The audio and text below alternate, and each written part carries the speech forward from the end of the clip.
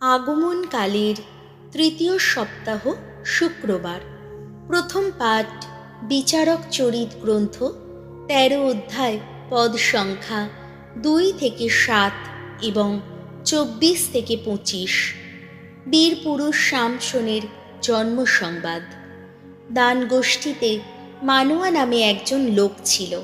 তার স্ত্রী ছিল বন্ধ্যা নারী, তাই তার কোনো সন্তান হয়নি।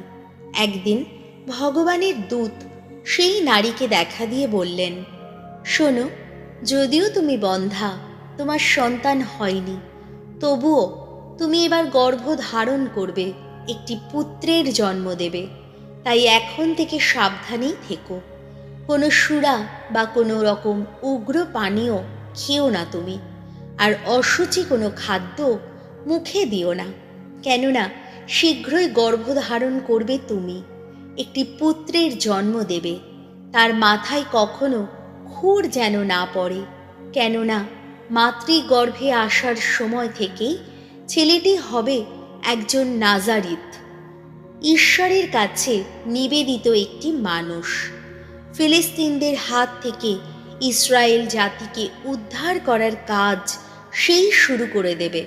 তখন সেই নারী তার স্বামীকে গিয়ে বলল, ঈশ্বরের আপন এক মানুষ আমার কাছে এসেছিলেন। তার চেহারা দেবদূতেরই মতো, কি দারুণ চেহারা!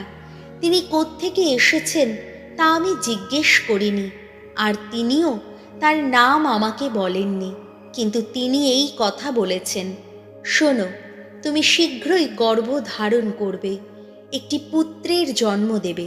তাই এখন থেকে কোনো সুরা বা কোনো রকম উগ্র পানীয় খেও না তুমি, আর অশুচি কোনো খাদ্য মুখে দিও না, কেননা মাতৃগর্ভে আসার সময় থেকে মৃত্যুর দিন পর্যন্তই ছেলেটি হবে একজন নাজিরিত, ঈশ্বরের কাছে নিবেদিত একটি মানুষ। পরে সত্যি সেই নারী একটি পুত্রের জন্ম দিল। সে তার নাম রাখল শামশন। ছেলেটি বড় হতে লাগলো। সে পেল ভগবানের আশীর্বাদ। ভগবানের আত্মিক প্রেরণা তাকে অনুপ্রাণিত করল। প্রভুর বাণী, শাম সঙ্গীত ধুয়ো। প্রভু, কণ্ঠ আমার নিত্য মুখর তোমার স্তুতি গানে। ওগো, আজ হও তুমি শৈলাশ্রয় আমার, হও প্রতি ক্ষণেরই আশ্রয়। তুমি তো আমাকে রক্ষা করবে বলেই স্থির করে রেখেছ। আমার শক্তি শৈল, আমার দুর্গ যে তুমি। ঈশ্বর আমার, দুর্জনের হাত থেকে আমাকে উদ্ধার করো তুমি। ধুয়ো। প্রভু, কণ্ঠ আমার নিত্য মুখর তোমার স্তুতি গানে। ওগো প্রভু, তুমিই তো আমার আশা। ওগো ভগবান, যৌবন থেকে আমার ভরসা তুমি। জন্ম থেকে নির্ভর করেছি আমি তোমারই ওপর। মাতৃগর্ভ থেকে তুমিই তো পালক আমার। ধুয়ো। প্রভু, কণ্ঠ আমার নিত্য মুখর তোমার স্তুতি গানে। ওগো প্রভু ভগবান, তোমার শক্তিদীপ্ত শত কীর্তির কথা সকলকে শোনাবো আমি। ধর্মময় তুমি, অনন্য ধর্মময় তুমি, সেই কথা গেয়ে যাব আমি। হে ঈশ্বর, তুমি তো আমার সেই যৌবন থেকে দীক্ষিত করেছ আমায়। আজও আমি সকলকে জানিয়ে যাই তোমার অপূর্ব যত কীর্তির কাহিনী। ধুয়ো। প্রভু, কণ্ঠ আমার নিত্য মুখর তোমার স্তুতি গানে। বাণী বন্দনা। জয় জয় প্রভুর জয়।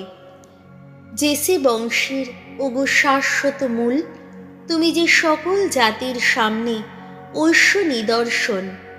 এসো তুমি, এসো, করো না আর দেরি, করো ত্রাণ প্রভু, করো ত্রাণ। জয় জয় প্রভুর জয়।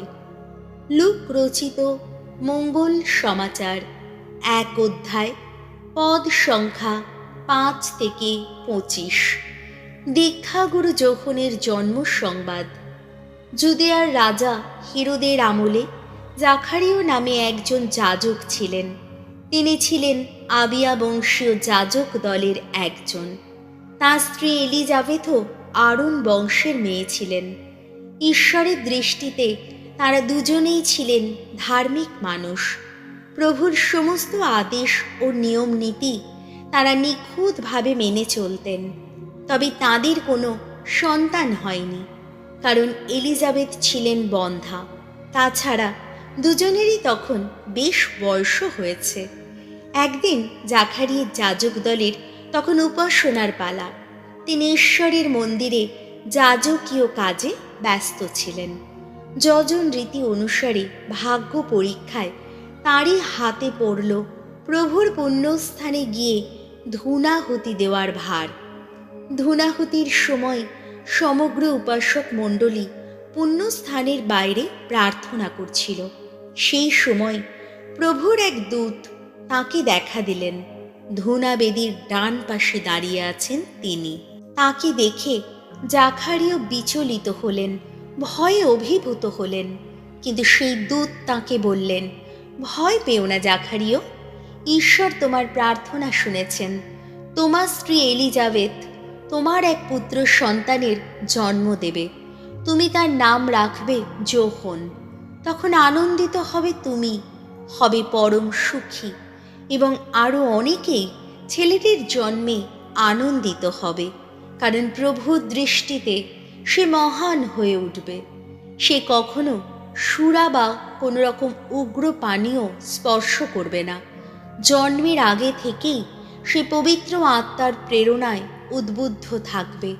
সে বহু ইসরায়েল সন্তানকে তাদের প্রভু ঈশ্বরের কাছে ফিরিয়ে আনবে। এলিয়ের আত্মিক প্রেরণা ও শক্তি নিয়ে সে প্রভুর অগ্রদূত হয়ে এগিয়ে চলবে। সে সন্তানদের দিকে ফেরাবে পিতাদের মন, ধর্মদ্রোহীকে ফিরিয়ে আনবে ধার্মিকের চলা সৎ জ্ঞানের পথে। আর এইভাবে সে গড়ে তুলবে প্রভুকে বরণ করার যোগ্য এক জাতিকে। তখন জাকারিয়া দূতকে বললেন, এ কথা যে সত্য তা আমি কি করে জানব? আমি তো এখন বৃদ্ধ, আর আমার স্ত্রীরও বেশ বয়স হয়েছে। উত্তরে দূত বললেন, আমি গাব্রিয়েল। আমি সব সময় ঈশ্বরের কাছেই দাঁড়িয়ে থাকি, আর তিনিই তো আমাকে এখানে পাঠিয়েছেন তোমার সঙ্গে কথা বলতে, তোমাকে এই মঙ্গল বার্তা জানাতে।